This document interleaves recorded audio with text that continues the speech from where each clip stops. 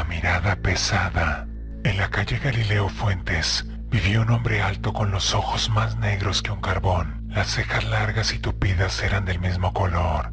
Dicen que tenía la mirada pesada, lo que no quiere decir que fuera una mala persona, pero su mirada era tan fuerte que cuando alguien lo visitaba con niños, tenía que limpiarlos con su paliacate rojo, les hacía una cruz con saliva en la frente y les daba una cachetadita cuando se iban.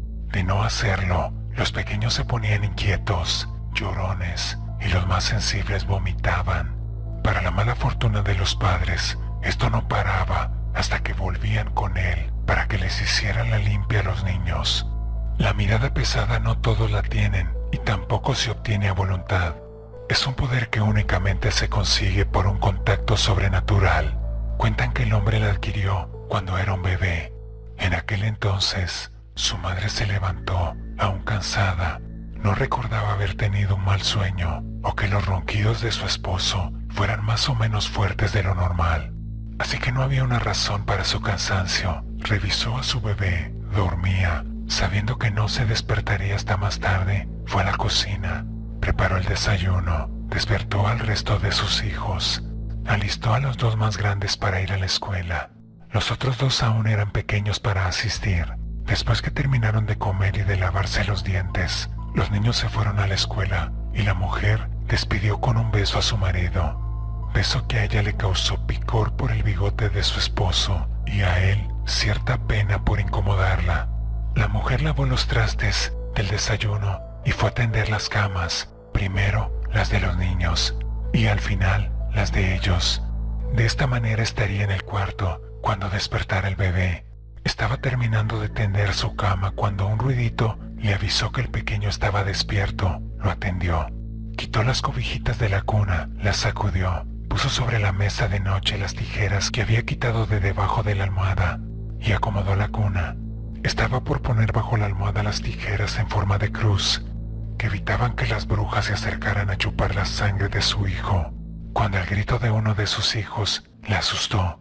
Soltó las tijeras, tomó al bebé y al salir corriendo, las empujó con el pie bajo la cama. Uno de sus hijos pequeños se había caído mientras jugaba, abriéndose el labio. El golpe le había dolido tanto y al ver su sangre se espantó tanto que soltó el grito y después se puso a llorar. Su hermano, asustado y sin entender qué pasaba, también se soltó a llorar con mucho sentimiento junto a él. Cuando ella llegó, revisó a los dos niños y haciendo maniobras con ellos y el bebé, corrió con el doctor. En el camino intentaba calmarlos, calmarse y evitar que su bebé se contagiara del sentimiento. Aunque fue imposible, los tres estaban llorando y ella temblando. Después de un largo rato los cuatro regresaron a casa, tres con los ojos húmedos como evidencia de que habían llorado mucho. Uno de ellos con puntadas en el labio y ella la cuarta, aún temblando. Después del incidente y con menos tiempo para terminar sus tareas en el hogar, decidió dejar la limpieza para el siguiente día. Fue al mercado, compró lo que necesitaba para la comida y unos dulces para los niños. Cuando llegó a casa, se apresuró para tener todo listo para cuando sus hijos más grandes y su esposo estuvieran de regreso. Más tarde, la familia comió, les contó del accidente y después de un rato, cada uno se fue a hacer sus pendientes. Los niños a jugar o a hacer tarea, y su esposo, después de leer el periódico, iría al baño a afeitarse el bigote, para ya no molestar a su esposa cuando lo besara. Ya que había bajado el sol y después de acostar a su bebé, se puso a lavar la ropa. El lavadero estaba fuera de la casa y frente al cuarto donde dormía el recién nacido. Mientras estaba quitando la mancha de un pantalón, escuchó el llanto de su bebé que la sobresaltó. No era el llanto típico de cuando tenía hambre. Era un llanto distinto, fuerte, que no paraba. Era un llanto de dolor. En eso uno de sus hijos mayores dijo: ¿Ya vieron el guajolote que está en el techo? Es enorme.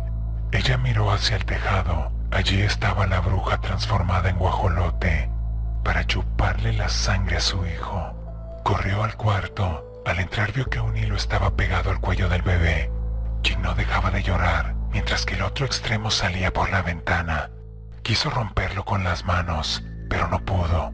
Intentó quitárselo a su hijo del cuello, por más que insistió, pero este no cedió. Trató de arrancarlo de un tirón, pero el pequeño lloró más fuerte. Buscó las tijeras bajo la almohada y no estaban.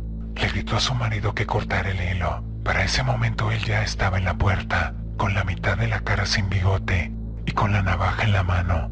Al cortar el hilo empezó a salir sangre de él. Se escuchó un grito y el aleteo del animal. Era la bruja que salió volando sin un pedazo de lengua. Quitaron el hilo del cuello del bebé y vieron 2 puntos rojos que con el paso de los días se volvieron moretones. Dicen que es así como aquel hombre obtuvo su mirada pesada cuando era tan solo un bebé.